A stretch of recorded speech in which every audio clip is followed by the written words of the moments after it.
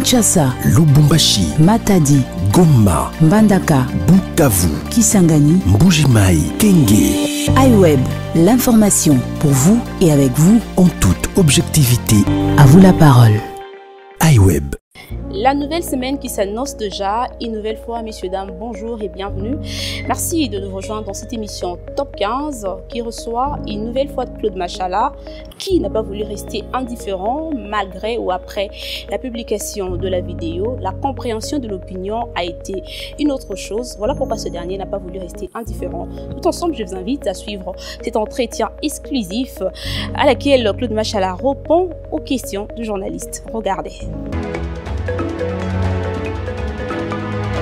Très heureuse de vous recevoir une nouvelle fois. Claude Machala, soyez le bienvenu. Merci pour l'honneur, maman. Vous êtes depuis quelques semaines sur le front médiatique. Claude Machala est-il heureux d'appartenir au PPRD quand on sait que le bilan du régime Kabila n'a pas toujours ou n'a pas du tout été élogieux?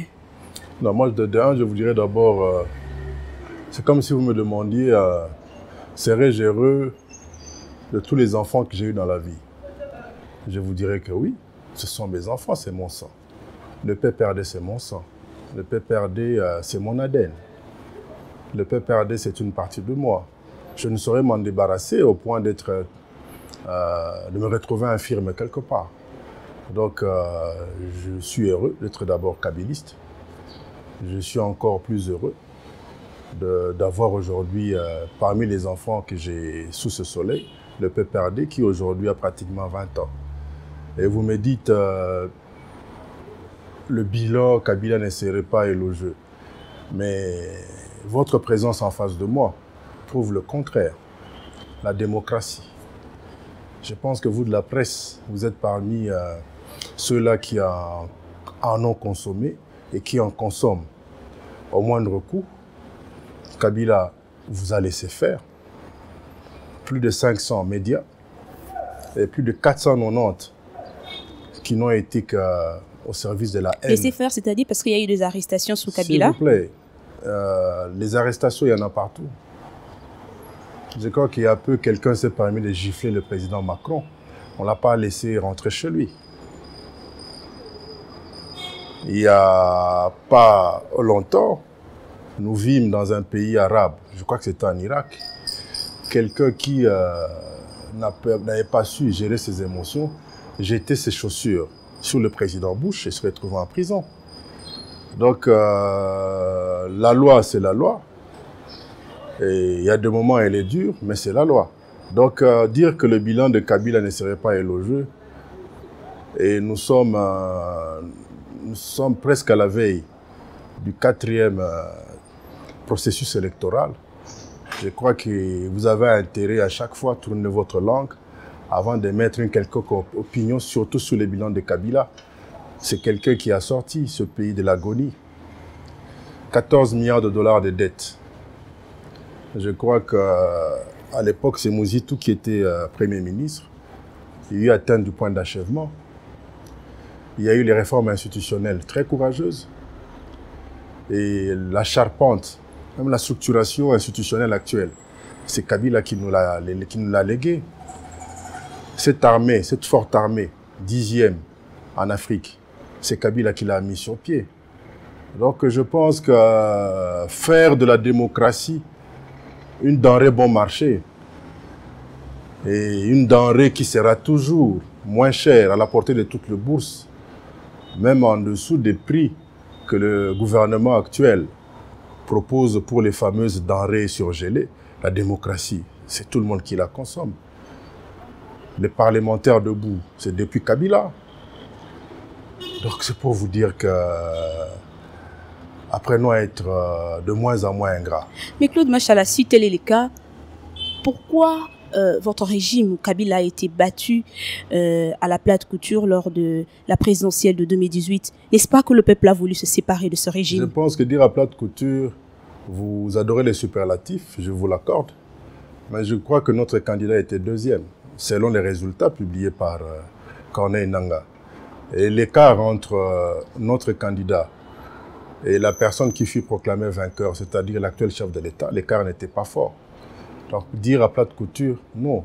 Mais nous avons appris quelque chose avec Kabila, que la seule chose qui soit éternelle dans la vie, c'est le changement.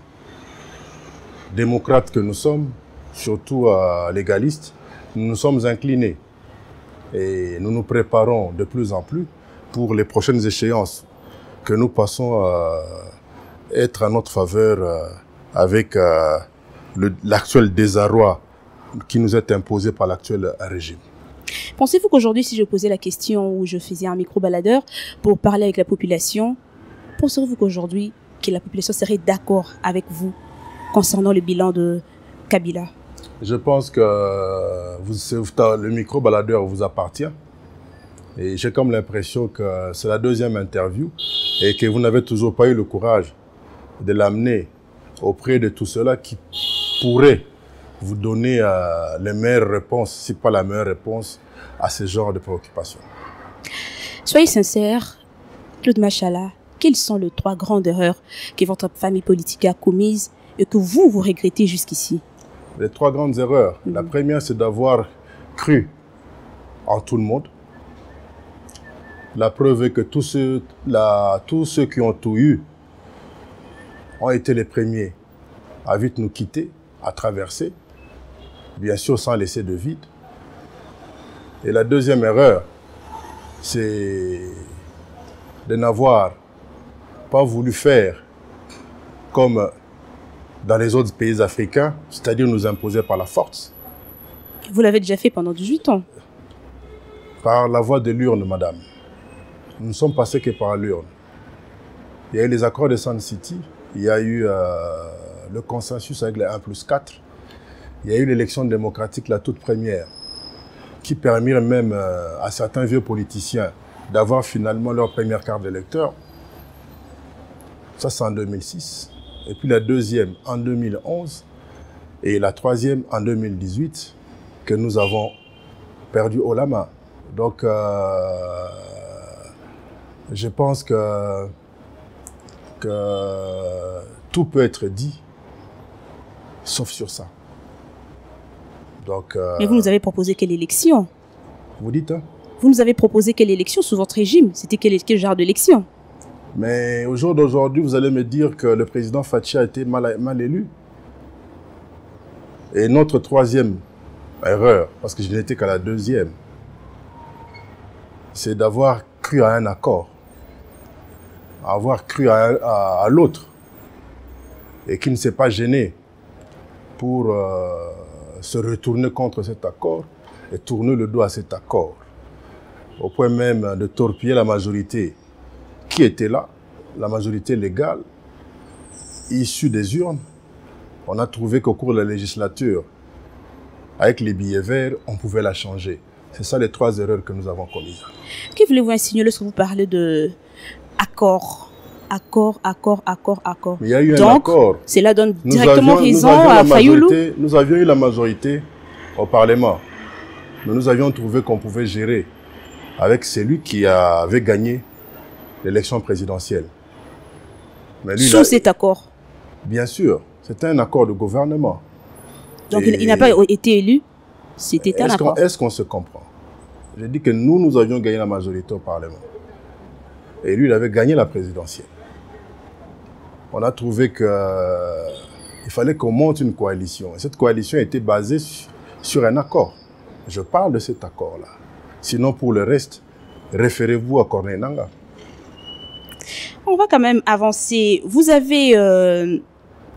que feriez-vous principalement si vous étiez nommé coordonnateur du FCC? Je vous le dirai en ce moment-là.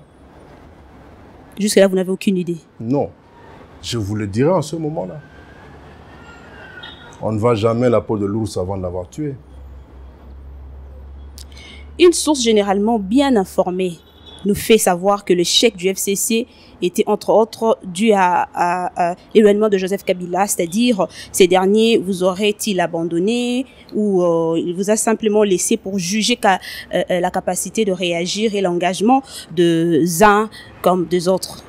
Vous savez, quand vous avez une belle femme, de beaux enfants, et que la nature a fait que vous arrivez à organiser le minimum pour eux. Souvent, les mauvaises langues chercheront toujours la petite bête.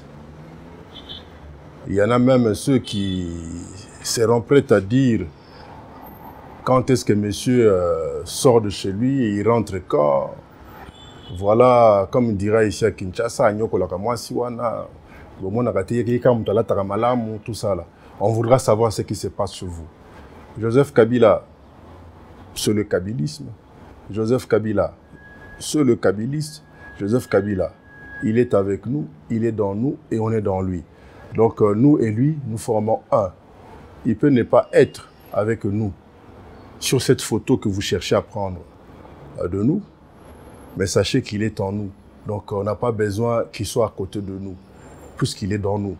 Donc c'est tout ce que je peux vous dire. Vous n'avez jamais eu de poste juteux, jamais, ou une certaine récompense de la part de Joseph Kabila par rapport à votre combat depuis 1998. Quel rôle joue exactement Claude Machala au PPRD et aux côtés de Joseph Kabila? Par poste juteux, vous attendez quoi? Puisqu'il n'y a pas de poste juteux, il y a des responsabilités qui peuvent vous être accordées à l'occasion d'un mandat. Parce que quand vous parlez de postes juteux, et à cause de cette conception-là des postes, de mandats publics, voilà que nos prisons se remplissent de plus en plus. Et quand vous dites que vous n'avez jamais été récompensé, madame, je vous dirais que avec autant d'enfants, autant de diplômes d'université, vous n'allez pas me dire que pendant tout ce temps, je n'aurais vécu que de la manche, en faisant de la manche. Je pense que dans la vie, il y a des gens qui savent garder la tête haute, même quand ils courbent les chines pour amasser un mégot. Retenez ça. Donc, on n'a pas besoin d'étaler tout ce que Kabila aurait fait ou serait en train de faire pour moi. Mais je pense que je suis en face de vous. Pour quelqu'un qui végète, je pense que c'est quand même curieux d'avoir cette allure. Ça, c'est des deux. Et de trois. Mais tous ceux-là qui ont eu des postes juteux, les fameux postes juteux, les fameuses fonctions excellence, tout ce que vous voulez. Voilà que le 3/4, ils ont tous traversé. Ils sont tous partis. C'est pour vous dire que si nous sommes restés, c'est qu'il y a quelque chose de positif dans ces convictions que nous avons dans le kabylisme. Dans ces convictions que nous avons en nous alliant à Kabila par les biais de cette passion du Congo que nous partageons. Je pense que dans la vie, on ne mange pas tous les fruits à la même saison. Il y a une saison pour les mangues, d'autres pour les mangoustans, pourquoi pas pour les safous. Moi, je continue à attendre la prochaine saison. Et je crois qu'elle sera très avantageuse pour moi. Je suis avec Kabila, non pas à l'occasion d'une ordonnance présidentielle ou d'un décret présidentiel. Moi-même, je suis un ancien fonctionnaire.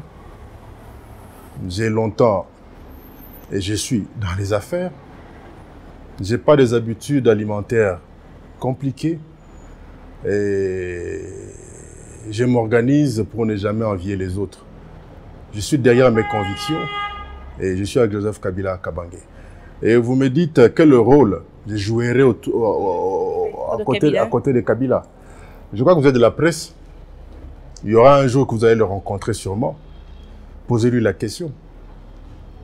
Et je crois qu'il doit avoir la meilleure réponse. Et je suis sûr et certain que sa réponse ne sera pas loin de... que voilà, Claude Machala, c'est un kabiliste permanent. Claude Machala, c'est le symbole même de la fidélité, de la constance et de la loyauté. Voilà, c'est tout. Claude Machala est qualifié d'arrogant, d'égoïste, dictateur et de gênant, d'orgueilleux et voulant prendre la place des autres. En tout cas, c'est l'avis de certains de vos anciens compagnons de lutte de PPRD et d'une certaine opinion indépendante. J'aimerais d'abord vous dire ceci. Je ne saurais me juger. Et je crois que c'est la deuxième fois que vous êtes venu à ma rencontre. C'est à vous de voir si je suis arrogant ou pas. Tout ce que je sais est que j'adore la vérité. Et comme tous ceux-là qui aiment bien dire la vérité, ils ne peuvent qu'être détestés. Claude Machala, orgueilleux. Non, je suis envahissant peut-être. C'est de par mon physique.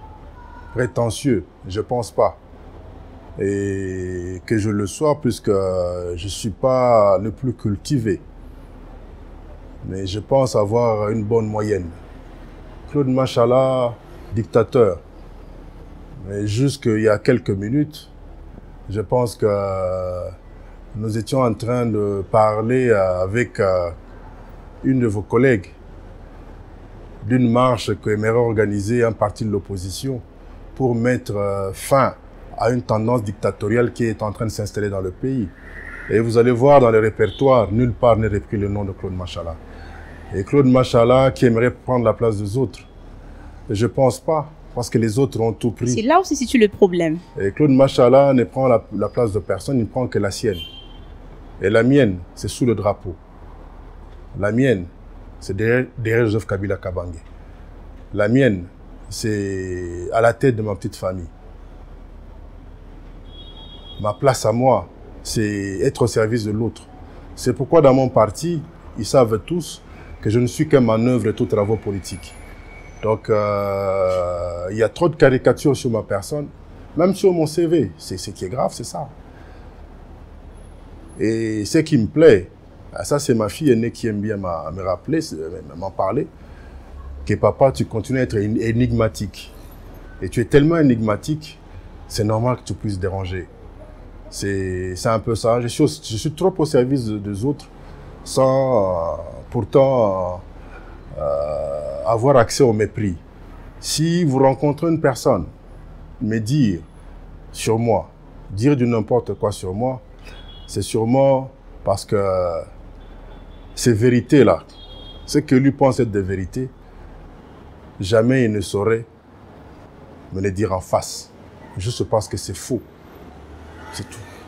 Avançons. L'ancien gouverneur du Kasaï central a décidé de tout faire pour vous porter plainte. Pour porter plainte contre vous, voulais-je dire, pour menace de mort. Votre réaction? Il y a eu plusieurs gouverneurs au Kasaï central. Sur lesquels? Vous connaissez de qui je parle? Non. Il y en a eu beaucoup. Je parle de Denis Kambaye. Et il va me porter plainte pourquoi? Pour menace de mort. Je pense que c'est avec vous qu'on a fait une interview, là, la toute dernière. Et mon interview était en français. Et d'ailleurs en français facile. Et je pense que là où vous avez fait allusion, je pense à son nom. Vous savez situer la question. Mais pour le reste, je pense que je me battrai toujours pour que toutes ces antivaleurs qui furent dénoncées depuis La Fontaine soient bannies dans notre société. On en a marre de voir autour de nos différents leaderships que des flatteurs, que des renards. Je pense que celui qui se reconnaît flatteur ne peut que s'en prendre à lui-même. Et comme il a toujours été dit, qui se sent mauvais se mouche. Et vous me dites que menace de mort. Ah, je crois que là, il faudrait bien que le pauvre corbeau qui est sur l'arbre perché recharge encore sa carabine, parce que les flatteurs, c'est-à-dire les renards, ne décolèrent toujours pas. Madame, l'insalubrité est à son comble parmi l'élite politique congolaise. Les gens ne travaillent pas pour la communauté. Les gens travaillent pour eux-mêmes, pour leur famille. Et vouloir s'en prendre à quelqu'un qui plaide pour le changement des mentalités, vous savez, c'est le pire des crimes qui soit. Vous n'avez pas peur, vous n'avez pas peur. Peur de quoi? De dire la vérité? Peur de répéter peur justement peur de répéter ce que j'avais appris à l'école. Cette plainte qui sera déposée contre vous. Mais une plainte, vous savez la force d'un procès, c'est la preuve. En fait, bien sûr que c'est vous qui posez les questions. Permettez-moi de vous demander quelque chose. Je vous pose une petite question. Dans notre interview, dans mon interview que je vous ai accordée, c'est qui le corbeau? C'est qui le renard? Et c'est quoi le morceau de fromage? Et c'est quoi la carabine? Le corbeau, c'est nos différents leaders, nos différents leaderships. Les renards, c'est tous ces flatteurs qui n'ont pas permis ou qui ne permettent pas à nos différents leaders de réaliser leur vision. Le morceau de fromage, c'est quoi? C'est le brin de pouvoir qu'on arrive à leur accorder par les biais de certains mandats. Et une fois qu'ils l'ont, ils en abusent. Et cela au détriment de notre population, de notre peuple. La carabine, c'est la sanction ou la voirie qui doit être organisée pour mettre fin à cette insalubrité qui est là et qui attire d'autres mouches, si pas d'autres renards, qui pensent que c'est leur tour aussi de se remplir les poches, si pas de continuer à se remplir les poches. Ils étaient presque tous avec Kabila. Et au début de cette interview, vous m'avez dit que Kabila n'aurait pas un bilan élogieux. Mais ce fameux bilan non élogieux de Kabila, il a travaillé avec qui? Avec tous ceux-là qui ont eu accès à ces postes juteux, auxquels Claude Machala n'aurait pas eu accès, et qui au jour d'aujourd'hui se retrouvent dans l'autre camp. Tout ce que je demanderai au président Fachi, c'est de faire très attention. Mais apparemment, vous êtes plus kabiliste que les autres. Ce que je demanderai au président Fachi, c'est vraiment de faire très attention avec tous ces petits flatteurs, avec tous ceux-là qui hier même étaient prêts à le vilipender, et au jour d'aujourd'hui, ils feignent de le déifier. Et je pense que c'est quelqu'un qui a quand même été dans des très bonnes écoles. Et quand je fais allusion à la fameuse fable de Jean de La Fontaine, le corbeau et le renard, et il connaît la conclusion. Et nous connaissons tous la conclusion de Jean de La Fontaine. Apprenez que tout flatteur vit aux dépens de celui qui l'écoute. J'ai dit. Ne pensez-vous pas que vos propos ont été durs? Pas aussi durs que ceux de Jean de La Fontaine. Pas aussi durs que ceux de Jean de La Fontaine. Ce n'était qu'une récitation. Mais voilà. Mais dommage que inspiré. Inspiré. Il avait été inspiré. Mais nous voyons ça dans nos familles. Madame, j'ai été PCA dans une entreprise publique de la place. Ça, vous ne le saviez pas. J'avais aussi des flatteurs autour de moi. Et un beau jour, parmi ces derniers, il y a eu un Judas. Voilà que vous ne saviez pas que j'étais directeur général par 2 fois. Et c'est un poste juste juteux. Non, mais voilà, non, vous ne le saviez pas. Je vous informe, je suis parmi les rares mandataires qui furent nommés par Antoine Gizenga par décret du Premier ministre. Je suis énigmatique. J'aime pas trop parler de mon cursus, pas encore de mon CV. J'ai toujours trouvé que mes enfants ont fait mieux. Écoutez, quand vous avez 2 enfants qui ont des PhD et 2 autres qui ont de MBA, il y a de quoi être un papa heureux. C'est pour vous dire que l'énigme, Claude Machala va demeurer et son kabilisme n'encaissera la moindre rayure au motif qu'on trouverait que monsieur serait ceci ou cela. Non, j'ai ma façon de voir les choses. Mon père ne m'a appris que des vraies valeurs. Et parmi ces valeurs, il y a la loyauté. et la fidélité. Puisque vous êtes un bon père, je n'aimerais pas ici faire toute une émission en train de parler de citer le nom de gens ici, mais j'aimerais que vous puissiez nous rappeler encore, parce que vous êtes un kabyliste permanent. Toutes ces personnes ayant quitté Joseph Kabila pour rejoindre Félix Tshisekedi ont quand même été avec vous. Quelles qualités, 3 qualités, bonnes qualités importantes que vous retenez de toutes ces personnes? Je parle de Dédi Kambaye, premièrement. Aucune. Je n'ai rien retenu. Vous savez, c'est un peu comme si vous allez demander à l'apôtre Jean, ou encore à l'apôtre Pierre, ou encore à celui qui douta de tout, celui qui ne crut pas que Jésus était ressuscité. Vous savez comment il s'appelle encore? C'est moi qui pose des questions? Non. Vous savez comment il s'appelle? On pose la question aux téléspectateurs. Voilà. Je crois que nos téléspectateurs le connaissent. Allez leur demander quelles seraient les meilleures qualités qu'ils rétèrent de Judas, par exemple. Ils vous diront qu'aucune. Aucune. Aucune. Aucune qualité importante. Aucune. Parce que quand on a des qualités, on reste sous le drapeau qu'on a choisi. Mais quand pour des raisons mercantilistes ou de manque de vision, vous partez, c'est que vous n'avez aucune bonne qualité. Et j'ai craint qu'une fois de plus, quand vous allez faire passer votre émission, que votre cher ami, dont vous aimez bien répéter le nom, parce que pour vous, il n'y a que lui qui aurait quitté Kabila. Il n'y a que lui qui aurait marqué l'entourage de Kabila, Dieu seul sait par quoi, et dire que c'est faux tout ça.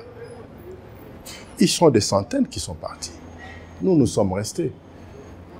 Le plus important pour nous est que nous constatons que après leur départ, il n'y a aucun vide, madame. Il n'y a aucun vide. Le kabylisme continue. Dans la vie, il y a les hauts et les bas.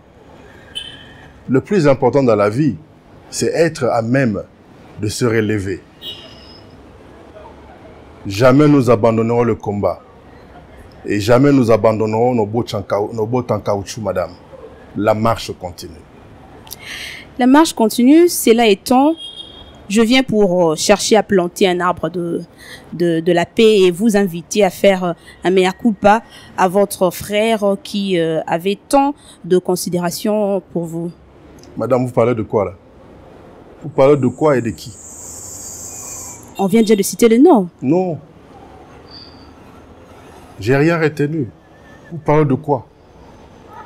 Vous parlez de paix. Il y a une guerre quelque part. Et la guerre, ça serait entre qui? Et là, une guerre, pourquoi? Parce que c'est vous qui citez les noms. Moi, je n'en cite aucun. Je n'ai pas ce temps-là. Vous me parlez de mea culpa. Faire un mea culpa, c'est un gros mot, madame. Et ça, je ne peux pas vous permettre ça. Mea culpa pour avoir fait quoi? Pour avoir accepté l'humiliation m'imposée par certains individus qui au jour d'aujourd'hui, cela coule douce après avoir quitté Kabila. Nous avons vu les articles où nous sommes presque insultés, où on va jusqu'à nous insulter jusque dans notre intimité. Je n'ai de problème avec personne. Mon souci, c'est de voir cette insalubrité qui a élu domicile autour de nos différents leaderships être éradiquée. Mon souci, c'est de voir nos différents leaders réaliser leur vision. Mon souci, c'est de voir mon leader à moi, Joseph Kabila Kabange, de ne désormais s'entourer que de personnes qui lui sont vraiment fidèles, loyales. J'aimerais clôturer avec cette émission, mais on va quand même parler aussi de l'actualité en RDC. On parle aujourd'hui de la marche de la Mouka prévue pour le 15, donc déjà dans 2 jours. Mais nos câbles nous apprennent que FCC s'est rejoint à Lamouka pour marcher ensemble, pour dire non au glissement, non à la fraude, non au glissement sur le calendrier électoral. Est-ce vrai? C'est faux, madame. Je suis une bouche autorisée pour vous dire que c'est faux. Quoique la revendication, la préoccupation soulevée par Lamouka n'est pas fausse. Mais nous ne sommes en aucun mariage au sujet de cette marche-là. Je pense qu'elle a été initiée par ceux qui dirigent Lamouka. Et nous, PPRD, nous ne sommes qu'un regroupement de citoyens. Bon, ne soyez pas étonnés de trouver un ou deux ou trois parmi nous en train de marcher à côté de Martin Fayulu. Comprenez que c'est aussi des citoyens qui peuvent aussi avoir de la sympathie pour tel ou tel autre membre de Lamouka.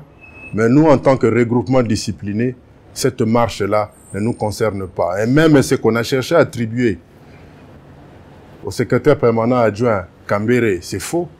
Parce que de sa bouche, il n'a jamais dit que le PPRD allait marcher aux côtés de Martin Fayulu. C'est faux. Bon, moi je retiens toujours cette phrase qui dit qu'en politique tout est possible. Déjà hier, on ne pouvait pas parler du rapprochement Kabila-Katumbi. Aujourd'hui on en parle. Donc c'est-à-dire que pour parler aussi mariage FCC Lamouka, tout est possible en politique. C'est vous qui parlez du rapprochement Katumbi-Kabila. Katumbi, c'est une création de Kabila. Ça, vous devez le savoir. Et comprenez que moi, je suis un légaliste, un bon légaliste. Et je continue à dire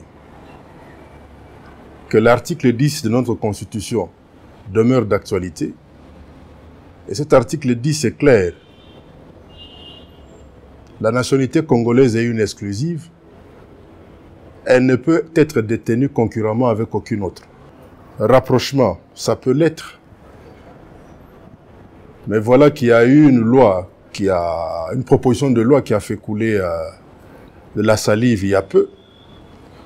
La fameuse proposition de loi Tchani, qui parlait de postes de souveraineté qu'on ne saurait accorder qu'aux Congolais de père et de mère.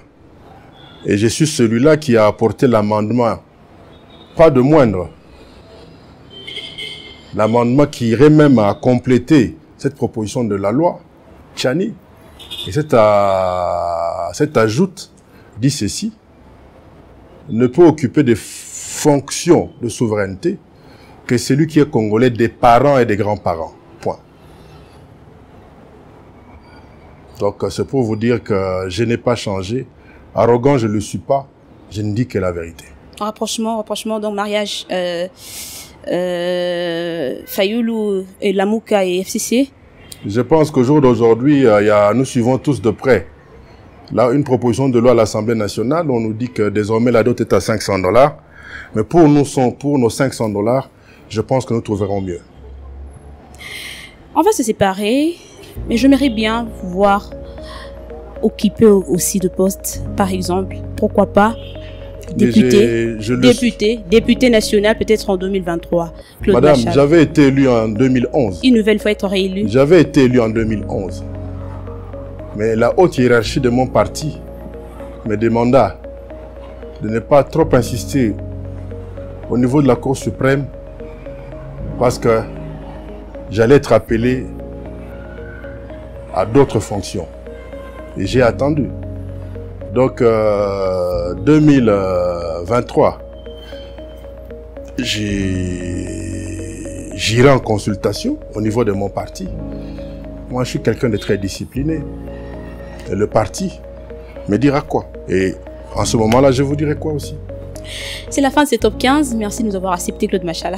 C'est moi qui vous remercie. Sauf que, une fois de plus, j'insiste,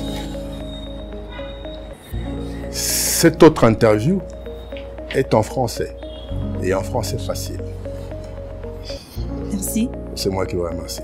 C'est la fin déjà de cet entretien. Je vous remercie de nous avoir suivis. Et quoi de plus normal, ce n'est que nous fixerons de vous très prochainement pour un nouveau numéro de Top 15. Merci pour votre aimable attention. À très bientôt pour un prochain numéro de Top 15. iWeb.